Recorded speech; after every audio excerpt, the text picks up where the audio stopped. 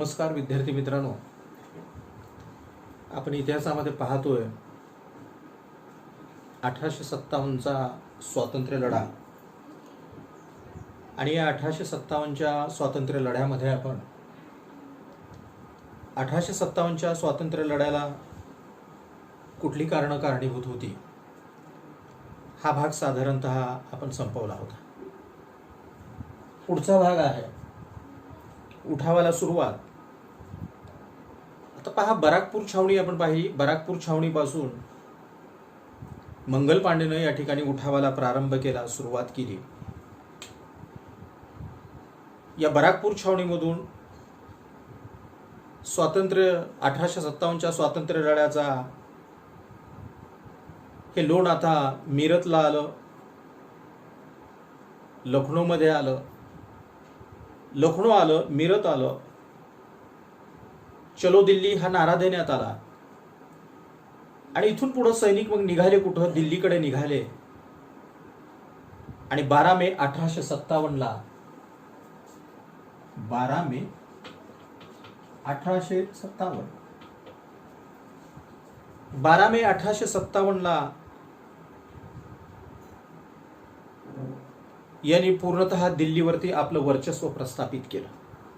दिल्ली ताब्यामध्ये घेतली, दिल्लीवरती आपलं वर्चस्व प्रस्थापित केलं. आणि मुघल बादशाह बहादूर शाह जाफर याच्याकडे ह्या उठावाचं नेतृत्व दिलं, यांच्याकडे उठावाचं नेतृत्व दिलं.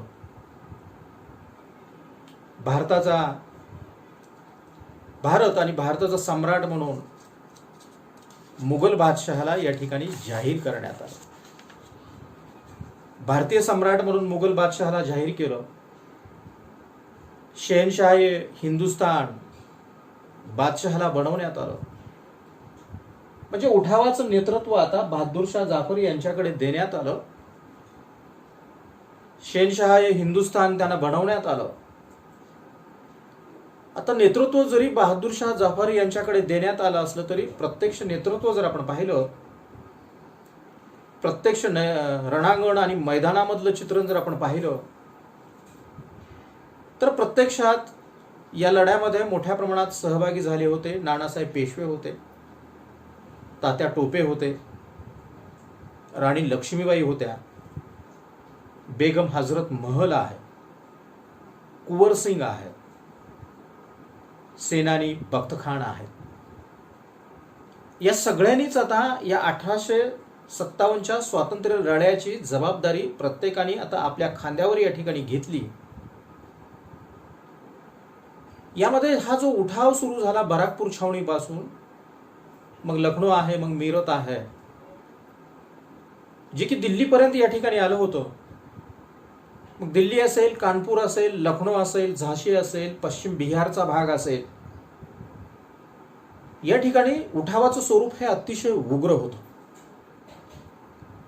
दिल्लीच्या रक्षणाची जबाबदारी बख्त खान यांच्यावरती सोपवण्यात आली. आता पहा, या ठिकाणचं चित्रण जर आपण पाहिलं तर बराकपूर छावणीपासून आता हा स्वातंत्र्य लढा कुठे येऊन ठेपला तर राजधानी दिल्लीमध्ये येऊन ठेपला. यांनी दिल्ली आपल्या ताब्यामध्ये घेतली. बादशहाला आपला राजा म्हणून घोषित केलं, सम्राट म्हणून घोषित केलं, शहनशाह हिंदुस्तान म्हणून घोषित केलं.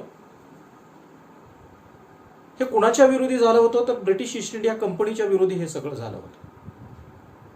मग ब्रिटिश ईस्ट इंडिया कंपनी शांत आणि स्वस्त बसणारी होती का? तर नाही. 27 मे 1857ला ब्रिटिशांनी परत दिल्ली आपल्या ताब्यामध्ये मिळवण्याचा प्रयत्न या ठिकाणी सुरू केला आणि त्यांनी आपलं सैन्य मग दिल्लीला पाठवलं. 27 मे 1857ला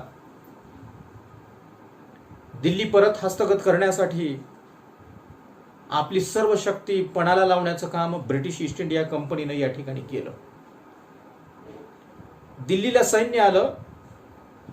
ब्रिगेडियर जॉन निकोलस हा मारला गेला, हा ठार झाला. त्यानंतर जॉन लॉरेन्स आहे.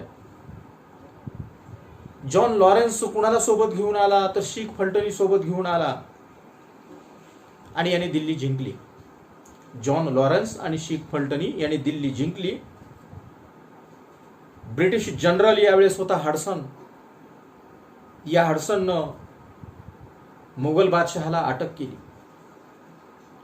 मुघल बादशहाला अटक केली आणि यांना अटक करून रंगूनला पाठवण्यात आलं. अटक केली आणि यांना रंगूनला पाठवण्यात आलं. रंगून हे कुठं आहे तर ब्रह्मदेशामध्ये आहे. आणि अशा या रंगून या ठिकाणीच 1862 यांचं निधन झालं. बहादूर शाह जाफर. रंगून या ठिकाणीच 1862 यांचं निधन झालं. आता पहा, उठावकर्त्यांनी दिल्ली आपल्या ताब्यामध्ये घेतली, परंतु परत ब्रिटिशांनी दिल्ली आपल्या ताब्यामध्ये घेतली. उठावकर्त्यांना दिल्लीमधून परत माघार घ्यावी लागली. मग असा हा उठाव जर आपण पाहिला, असा हा स्वातंत्र्य लढा जर आपण पाहिला, तर त्याचा प्रसार आणि प्रचार कशा पद्धतीने झाला तर पहा, बराकपूर छावणीपासून हे दिल्लीपर्यंत या ठिकाणी आले होते. हे येत असताना अयोध्या आहे, लखनौ आहे. वायव्य प्रांतामध्ये वेगानं हा उठाव या ठिकाणी प्रसारित झाला. अलीगड आहे, इटवा आहे, मथुरा आहे, लखनौ आहे, बरेली आहे, आझमगड आहे, फैजाबाद आहे, कानपूर आहे, झाशी आहे, अहमदाबाद आहे. या सर्व ठिकाणी हा असंतोष वणव्यासारखा या ठिकाणी पसरला. पंजाबचा भाग जर आपण पाहिला तर पंजाबमध्ये जालंधर आहे, लुधियाना आहे, मुलतान आहे, सियालकोट आहे. या ठिकाणचे शिपाई, या ठिकाणचे सैनिक ही या उठावामध्ये सक्रिय झाले. भारताचा मध्य प्रांत जर आपण पाहिला तर मध्य प्रांतामधील ग्वाल्हेर आहे, इंदोर आहे, महू आहे. या मध्य प्रांतामधील शिपायानेही उठाव केला. राजस्थानचं चित्रण जर आपण पाहिलं तर नसीराबादची छावणी आहे आणि उर्वरित राजस्थानचा भाग आहे. या ठिकाणी ही उठावाला प्रारंभ झाला. सध्याच्या बांगलादेशचं चित्रण जर आपण पाहिलं तर त्या ठिकाणी ढाका असेल, चितगाव असेल, मदारीगंज असेल, सध्याच्या बांगलादेशमधली ही ठिकाण. या ठिकाणी ही या स्वातंत्र्य लढ्याला प्रारंभ झाला. त्यानंतर बिहारचं चित्रण जर पाहिलं आपण तर बिहारमधील पाटण्याजवळ दिनापूर या ठिकाणच्या शिपायांनी उठाव केला. आणि दिनापूर या ठिकाणच्या शिपायाने उठाव केल्यानंतर पश्चिम बिहारमधील जमीनदार आहेत ज्यांचे की नाव आहे कुंवर सिंह. या कुंवर सिंहाच्या मार्गदर्शनाखाली मग या बिहारमध्ये स्वातंत्र्य लढ्याला प्रारंभ झाला, लढा सुरू झाला. या कुंवर सिंह यांनी हजारीबाग आहे झारखंड मधलं, त्यानंतर देवगड, संबळपूर हे ओडिसामधली ठिकाणं आहेत. या ठिकाणाहून या कुंवर सिंह यांना चांगल्या प्रकारचा प्रतिसाद मिळाला. हे साधारणतः बिहार आणि ओडिसापर्यंतचं चित्रण आहे. त्यानंतरचा भाग जर आपण पाहिला तर नानासाहेब पेशवे आणि त्यांचं 1857च्या या स्वातंत्र्य लढ्यातलं मोठं कर्तृत्व आहे. यांनी कानपूर या ठिकाणच्या उठावाचं नेतृत्व केलं. नानासाहेब पेशवे कानपूर या ठिकाणच्या उठावाचं नेतृत्व यांनी केलं. परंतु इंग्रज सेनापती हॅवलॉक हा कानपूरमध्ये दाखल झाला आणि त्यानं नानासाहेब आणि तात्या टोपे यांच्या ताब्यातून कानपूर आपल्या ताब्यामध्ये घेतलं. म्हणजे नानासाहेब आणि तात्या टोपे यांना माघार घ्यावी लागली आणि कानपूर परत ब्रिटिशाच्या ताब्यामध्ये या ठिकाणी गेलं. ब्रिटिश सैन्याचा प्रमुख कमांडर सर कॉलिन कॅम्बल यांनी तात्या टोपेचा पराभव केला. म्हणजे उठाववाल्यांना या ठिकाणी कानपूरमधून ही माघार घ्यावी लागली. आता पहा, हे लोण जवळपास देशभरामध्ये पसरलेलं होतं. भारतीय माणसांनी हाती घेतलेलं हे पहिलं स्वातंत्र्य युद्ध होतं. सुरुवातीचं चित्रण जर आपण पाहिलं तर तात्या टोपे असतील, आवदशाह बेगम, हजरत महल असतील, या सर्वांनीच मोठी आघाडी या ठिकाणी घेतली होती. हॅवलॉक आणि आउट्रॅम यांच्या नेतृत्वाखाली इंग्रजी सैनिकाला सुरुवातीला या ठिकाणी यश म्हणावं तसं यश मिळत नव्हतं. परंतु इंग्रजाच्या या सैन्याला मदत करण्यासाठी नेपाळचा राजा जंग बहादूर गुरखा यांनी आपल्या फलटणी पाठवल्या. नेपाळचा राजा जंग बहादूर गुरखा यांनी आपल्या फलटणी ब्रिटिशाच्या मदतीला पाठवल्या आणि कॉलिन कॅम्बलनं आपला सर्व अनुभव या ठिकाणी पणाला लावला आणि लखनौवरतीही आपलं वर्चस्व या ठिकाणी निर्माण केलं. म्हणजे अवध असेल, लखनौ असेल, या भागावरतीही ब्रिटिशांनी आपलं वर्चस्व निर्माण केलं. त्यानंतर या ठिकाणी राहिलं होते वाराणसी आणि अलाहाबाद. 1857च्या या स्वातंत्र्य लढ्याच्या प्रसंगी गव्हर्नर जनरल होते लॉर्ड कॅनिंग आणि लॉर्ड कॅनिंग यांनी मद्रासचे कर्नल आहेत नील. मद्रास या ठिकाणी लॉर्ड कॅनिंगनं मद्रासचे कर्नल नील यांना सुसज्ज स्वरूपाचं लष्कर घेऊन वाराणसी आणि अलाहाबादकडे कूच करायला सांगितलं. उठावाल्यांचं चित्रण जर आपण पाहिलं तर यांना भारतीय लोकांचा उत्स्फूर्त स्वरूपाचं पाठबळ या ठिकाणी मिळत होतं. कर्नल नील हा मद्रासकडून आला आणि या ठिकाणची स्वातंत्र्य लढा किंवा या उठावातील लोक जे बंदुकीच्या फैरी झाडत होते, गोळ्या झाडत होते, त्यांना तोफानी उत्तर देण्याचं काम या नीलनं केलं. यांनी उठावकर्त्यावरती तोफ डागल्या. उठावकर्त्यांच्या कत्तली करायला यांनी सुरुवात केली. उठावकर्त्यांना फासावर लटकावण्याचं काम यांनी केलं. म्हणजे मोठ्या क्रूरतेचं प्रदर्शन या नीलनं या वाराणसीमध्ये या ठिकाणी केलं.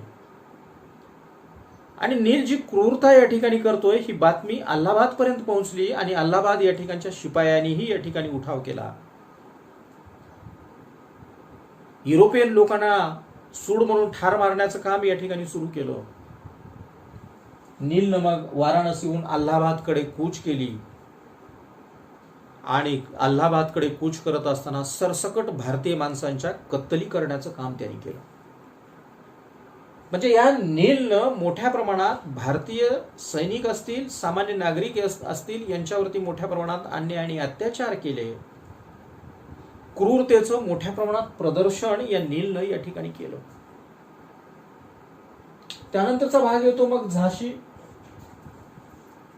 झाशीचा भाग जर आपण पाहिला तर लॉर्ड डलहौसीनं झाशी या ठिकाणचं ही दत्तक विधान अमान्य केलं होतं. झाशी या ठिकाणची महाराणी लक्ष्मीबाई, झाशी या ठिकाणच्या राणी महाराणी लक्ष्मीबाई यांनी नाराज दिला होता. मेरी झाशी नहीं दूंगी, मेरी झाशी नहीं दूंगी असा नाराज साधारणतः महाराणी लक्ष्मीबाईनं झाशीमध्ये दिला होता. ब्रिटिशाच्या विरोधी उठावाला झाशीमध्ये प्रारंभ झाला. महाराणी लक्ष्मीबाई मेरी झाशी नहीं दूंगी. आणि अशा या महाराणीच्या मदतीला होते तात्या टोपे, नानासाहेब पेशवे. महाराणी लक्ष्मीबाईच्या नेतृत्वाखाली उठावाला प्रारंभ झाला. सर ह्यू रोज यांनी झाशीला वेढा दिला. सर ह्यू रोज यांनी झाशीला वेढा दिला. तात्या टोपे राणीच्या मदतीला होते, परंतु ह्यू रोज यांनी तात्या टोपेचा पराभव केला. महाराणी स्वतः रणांगणामध्ये ब्रिटिशाशी लढत होती. नाराज त्यांनी दिला होता, मेरी झाशी नहीं दूंगी. ह्यू रोज यांनी तात्या टोपेचा पराभव झाशी या ठिकाणी केला आणि आता हे कालपीकडे निघाले, कालपी जिंकायला निघाले. कालपीही त्यांनी जिंकलं आणि कालपी या ठिकाणच्या युद्धामध्ये महाराणी लक्ष्मीबाई यांना वीरमरण आलं. म्हणजे रणांगणावरच त्या लढता लढता मरल्या. वीरमरण त्यांना आलं. तात्या टोपेंचं चित्रण जर आपण पाहिलं तर ग्वाल्हेरचा सरदार मानसिंह यानं विश्वासघातानं तात्या टोपे यांना ब्रिटिशाच्या स्वाधीन केलं. मानसिंह ग्वाल्हेरचा सरदार आहे. तात्या टोपेंचा विश्वासघात केला. तात्या टोपे ब्रिटिशांच्या हाती या ठिकाणी लागले आणि 1859 तात्या टोपे यांना फासावर लटकावण्यात आलं. देशद्रोहाचा गुन्हा दाखल करण्यात आला. 1859 त्यांना फासावरती लटकावण्यात आलं. या सगळ्या उठावाच्या धामधुमीमध्ये आपण म्हणूया नानासाहेब पेशवे, दुसऱ्या बाजीरावाची पत्नी, त्याचे पुतणे, ही सर्व मंडळी नेपाळमध्ये गेली आणि कायमची ते तिकडच राहिलेली आपल्याला दिसून येते. म्हणजे या पद्धतीनं उत्तर भारतातील उठावाचं चित्रण आपल्याला सांगता येतं. यावेळेसची मग महाराष्ट्रातल्या उठावाची स्थिती काय होती हे जर आपण पाहिलं तर महाराष्ट्रामध्ये सातारा या ठिकाणी रंगो बापूजी गुप्ते यांनी महाराष्ट्र आणि सातारा रंगो बापूजी गुप्ते यांनी उठाव घडवून आणण्याचा प्रयत्न केला, परंतु त्यामध्ये त्यांना यश आलं नाही. गुप्ते यांच्या सहकाऱ्यांना या ठिकाणी शिक्षा देण्यात आली. त्यानंतर नरगुंचे बाबासाहेब भावे यांनीही 1858 मध्ये या ठिकाणी उठाव केला, परंतु हाही उठाव ब्रिटिश ईस्ट इंडिया कंपनीनं ब्रिटिश सैनिकांनी या ठिकाणी दडपून टाकलेला आपल्याला दिसतोय. त्यानंतर खानदेश आहे. खानदेशमध्ये भीमा नाईक आहेत, कजारासिंग नाईक आहेत. यांनी सरकारचा 7 लाखाचा खजिना या ठिकाणी लुटला. त्यानंतर तो जळगावकडला भाग आंबापाणी या ठिकाणी असलेले भिल्ल आणि इंग्रज यांच्यामध्ये लढाई झाली. भिल्लांचा पराभव झाला. कित्येक भिल्लांना या ठिकाणी अटक करण्यात आली. कित्येकावर ब्रिटिशांनी लष्करी कोर्टामध्ये खटला चालवून कित्येक भिल्लांना या ठिकाणी फाशीवर लटकावलं. त्यानंतर महाराष्ट्रातील कोल्हापूरची स्थिती जर आपण पाहिली तर कोल्हापूरमध्ये आपण म्हणूया रामजी शिरसाट यांनी सरकारी खजिना ताब्यात घेतला आणि या पैशाच्या जोरावरती त्यांनी सैन्य गोळा करायला सुरुवात केली. रामजी शिरसाट खजिना लुटला, त्या पैशानं साधारणतः या ठिकाणी सैन्य गोळा करायला सुरुवात केली. त्यांच्या याला प्रतिसाद म्हणून राजघराण्यातील चिमा साहेब यांनी उठावकर्त्याचं नेतृत्व या ठिकाणी केलं.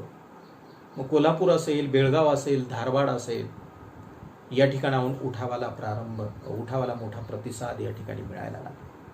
म्हणजे या पद्धतीनं महाराष्ट्रातली स्थिती आपल्याला सांगता येते. सातारा असेल, नरगुंद असेल, खानदेश असेल, आंबापानी जळगाव जिल्ह्यातील भिल्ल असतील, कोल्हापूर असेल, या ठिकाणीही 1857चा उठाव झालेला आपल्याला दिसतोय, हा लढा झालेला दिसतोय. असं हे 1857चं स्वातंत्र्य युद्ध जर आपण पाहिलं तर जवळपास 1.25 वर्ष हे सुरू होतं. यामध्ये लढ्यामध्ये सहभागी असलेल्या हिंदी शिपायांची संख्या जर आपण पाहिली तर जवळपास 1 लाखाच्या जवळ होती. दिल्ली असेल, मेरठ असेल, कानपूर असेल, लखनौ असेल, ग्वाल्हेर असेल, साधारणतः या ठिकाणच्या सैनिकाची संख्या आपल्याला 1 लाखाच्या आसपास सांगता येते.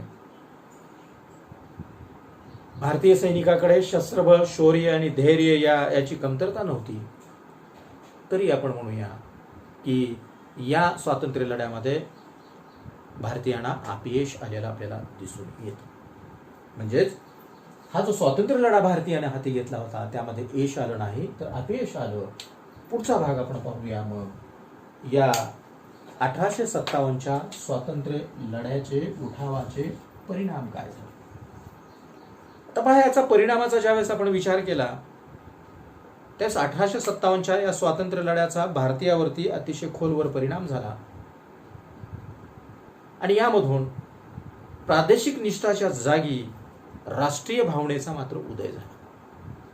प्रादेशिक निष्ठेच्या जागी राष्ट्रीय भावनेचा या ठिकाणी उदय झाला. हा पहिला परिणाम सांगता येतो. दुसरा भाग आपल्याला सांगता येतो तो म्हणजे सशस्त्र मार्ग निरुपयोगी ठरल्यामुळं नवे मार्ग शोधण्याची गरज आता भारतीयांना निर्माण झाली. कारण की हा लढा सशस्त्र स्वरूपाचा लढा होता, परंतु तो निरुपयोगी ठरला. त्यामुळे नवीन मार्ग शोधण्याची गरज आता भारतीय माणसांना या ठिकाणी वाटायला लागली. तिसरा परिणाम आपण ब्रिटिशाच्या दृष्टीने सांगता येतो तो म्हणजे की ब्रिटिशाच्या लक्षात आलं की भारतीय माणसं जर एका ठिकाणी आली, एकत्रित आली, त्यांच्यामध्ये जर एकजूट निर्माण झाली तर भारतामध्ये आपल्याला सत्ता जास्त दिवस टिकवता येणार नाही. या ठिकाणी जर आपल्याला सत्ता टिकवायची असेल तर त्यासाठी भारतीय माणसामध्ये एकता निर्माण होणार नाही याची खबरदारी आपण घेणं गरजेचं आहे. याची जाणीव त्यांना झाली आणि त्यामुळे त्याने इथून पुढं फोडा व राज्य करा या नीतीचा अवलंब केलेला दिसतोय. म्हणजे या पद्धतीनं आपल्याला या उठावाचे परिणाम सांगता येतात. आणखीन एक परिणाम साधारणतः आपल्याला सांगता येतो, तो म्हणजे शेवटचा परिणाम, तो म्हणजे राणीचा जाहीरनामा या ठिकाणी आला. मग पुढचा मुद्दाच आपण पाहूया, राणीचा जाहीरनामा. आता पहा, 1857चा हा स्वातंत्र्य लढा या ठिकाणी झाला. भारतीय माणसांना अपयश आलं. अपयश जरी आलं तर ब्रिटिशांना जाणीव झाली की भारतीयामध्ये काहीतरी आपण सुधारणा केली पाहिजे. भारतीय माणसामध्ये निर्माण झालेला हा असंतोष जर आपल्याला कमी करायचा असेल तर काही ना काहीतरी सुधारणा भारतीय माणसांना दिल्या तर भारतीय माणूस या ठिकाणी शांत बसेल. आणि त्यामुळं मग व्हिक्टोरिया राणीनं 1858ला राणीचा जाहीरनामा या ठिकाणी घोषित केला आणि भारतीयांच्या संदर्भामध्ये काही ध्येय धोरण त्यांनी हाती घेतली. ब्रिटिश ईस्ट इंडिया कंपनीची सत्ता या ठिकाणची नष्ट करण्यात आली आणि ब्रिटिश महाराणीची सत्ता 1858च्या या जाहीरनाम्यापासून सुरू झाली. आता पहा, राणीच्या जाहीरनाम्यामध्ये कुठली आश्वासनं भारतीयांना देण्यात आली. जाहीरनाम्यामध्ये राणी म्हणते, पहिला भाग, सर्व भारतीय आमचे प्रजाजन आहेत, सर्व भारतीय आमचे प्रजाजन आहेत, आम्ही या ठिकाणी कुठलाही भेद करणार नाही, आमची ही प्रजा आहे. दुसरा भाग त्यांनी सांगितला, वंश, धर्म आणि जात यावरून आम्ही कुठल्याही प्रकारचा भेदभाव करणार नाही. वंश, धर्म, जात यावरून कुठलाही भेद आम्ही करणार नाही. तिसरं सांगितलं, या ठिकाणच्या ज्या नोकऱ्या आहेत या गुणवत्तेच्या निकषाच्या आधारे देण्यात येईल. ज्याच्याकडे गुणवत्ता आहे त्याला नोकरी मिळेल, तो भारतीय असेल किंवा विदेशी असेल. धार्मिक बाबतीमध्ये ब्रिटिश सरकार हस्तक्षेप करणार नाही. इथून पुढं भारतीयांच्या धार्मिक बाबीमध्ये ब्रिटिश सरकार हस्तक्षेप करणार नाही. चौथं त्यांनी सांगितलं, संस्थानिकाशी या आधी केलेल्या सर्व करारांचं पालन इथून पुढेही होईल. संस्थानिकाशी जे काही करार मदार केलेले आहे त्याचं पालन इथून पुढेही सुरू राहील. आणि शेवटचं त्यांनी सांगितलं, महाराणीनं सांगितलं की या ठिकाणचे संस्थाने खालसा केले जाणार नाहीत, असं आश्वासन या ठिकाणच्या व्हिक्टोरिया महाराणीनं भारतीयांना दिलेलं दिसतं. असे साधारणतः एक 6 बाबीमध्ये व्हिक्टोरिया महाराणीनं या ठिकाणी राणीचा जाहीरनामा आणला आणि या जाहीरनाम्यानुसार ब्रिटिश ईस्ट इंडिया कंपनीची सत्ता संपुष्टात आली तर महाराणीची सत्ता या ठिकाणी सुरू झाली. विद्यार्थी मित्रांनो, या पद्धतीनं आपल्याला हा 1857चा स्वातंत्र्य लढा सांगता येतोय. पुढील भाग पुढच्या लेक्चरमध्ये आपण अभ्यासूया.